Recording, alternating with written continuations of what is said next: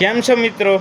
હું તમારો દોસ્ત મુકેશ રાવત. હું આજે થોડીક વાત કરવા માગું છું. તો મેં આજે સવારમાં યુટ્યુબ ખોલી તો મને પહેલાં જ એ દેખાણ કે એક સ્કૂલ હે, એક હું નામ નથી લેવા માંગતો, પણ એક શાળામાં એક શિક્ષકે એમના વિદ્યાર્થી ઉપર જે અમાનવીય કૃત્ય કર્યું.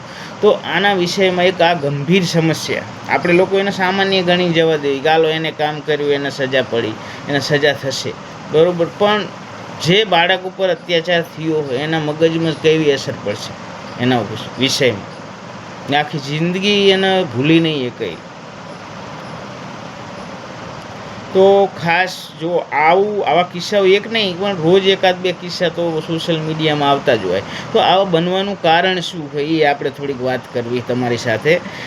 તો તમે પહેલાં ફોલો કરજો, લાઈક કરજો, અને કદાચ તમને ગમે વાત તો શેર કરજો, અને કોમેન્ટ તો કરજો તમે શું કહેવા માંગો આ બાબત ઉપર. તો ખાસ આપણા જે સમાજમાં આવી જે માનસિકતા ફેલાઈ રહી, અમાનવીય કૃત્ય લોકો કરવા માંડ્યા, તો આનું કારણ શું? તો આનું મુખ્ય કારણ એ છે કે લોકો વધુ ફોનનો ઉપયોગ કરવા લાગ્યા. જે ફોનની અંદર જે નકામી વસ્તુ હોય એનો વધારે એ જોવો હોય, એના મગજમાં એની અસર છે ને. તો આપણે એના માટે આપણે શું કરીએ?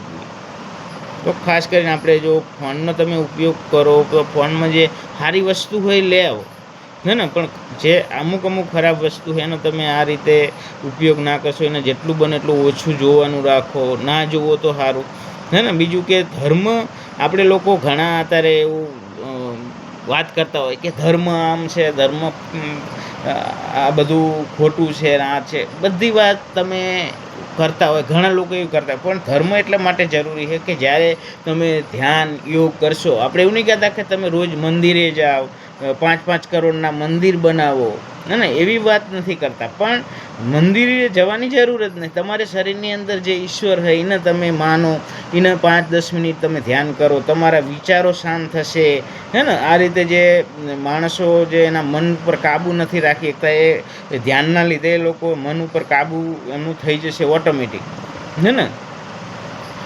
ખરેખર તો બાળકોને જોઈને એનામાં ઈશ્વર છે એવી ભાવના આપણામાં આવી જોઈએ.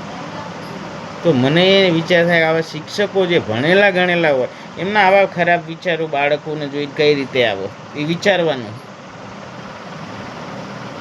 તો ખાસ તમને જો આ મારી વાત સાચી લાગી હોય તો લાઈક કરો, શેર કરો, કોમેન્ટ કરો, અને આ વિષયમાં તમે શું કહેવા માંગો, તો આ થવાનું કારણ શું એ કોમેન્ટ જરૂર કરજો. અને વિડીયો ગમે તો લાઈક કરજો. Thank you.